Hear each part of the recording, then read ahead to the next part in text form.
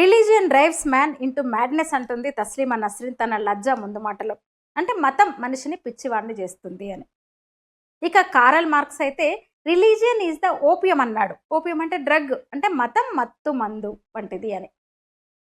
పై రెండు నిజమే అనిపిస్తుంది మన దేశంలో ఇప్పటికీ నడిచే శైవ వైష్ణవ భేదాలు చూస్తుంటే. అయితే అవన్నీ ఉన్నాయి, ఎప్పుడు ఉంటాయి, మనిషి ఉన్నంత వరకు ఉంటాయి.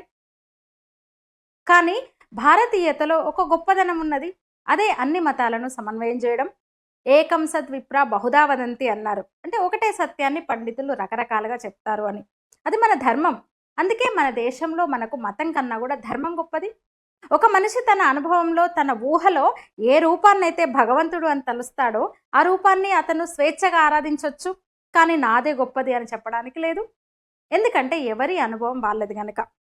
ఇంత విశాల దృక్పథం ప్రపంచంలో మరెక్కడా లేదు, ఎక్కడ కనిపించదు మనకి.